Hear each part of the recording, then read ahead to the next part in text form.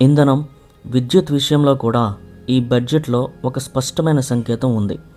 భవిష్యత్తు శుభ్రమైన శక్తి వైపు వెళ్ళాలి. అందుకే సౌర విద్యుత్, ఎలక్ట్రిక్ వాహనాలు, పర్యావరణానికి మేలు చేసే పరిశ్రమలకు ప్రోత్సాహం ఇచ్చారు. ఇది వెంటనే మన జేబులో డబ్బు పెంచకపోవచ్చు, కానీ దీర్ఘకాలంలో ఖర్చులు తగ్గే అవకాశం ఉంది.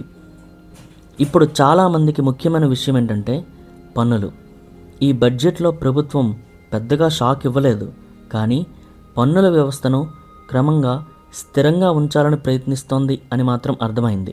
అంటే ఒక్కసారిగా ఎక్కువగా భారం వేయకుండా నెమ్మదిగా ఆర్థిక వ్యవస్థను సర్దుబాటు చేయాలనేది దాని యొక్క సంకేతం. ఇది ముఖ్యంగా మధ్యతరగతి కోసం ఒక రకమైన ఊరట. ఇంకొక కీలకమైన అంశం ఏంటంటే ప్రభుత్వం యొక్క అప్పులు. ప్రభుత్వం ఎంత అప్పు తీసుకుంటుందో అది మనందరిపై భవిష్యత్తులో ప్రభావం చూపుతుంది.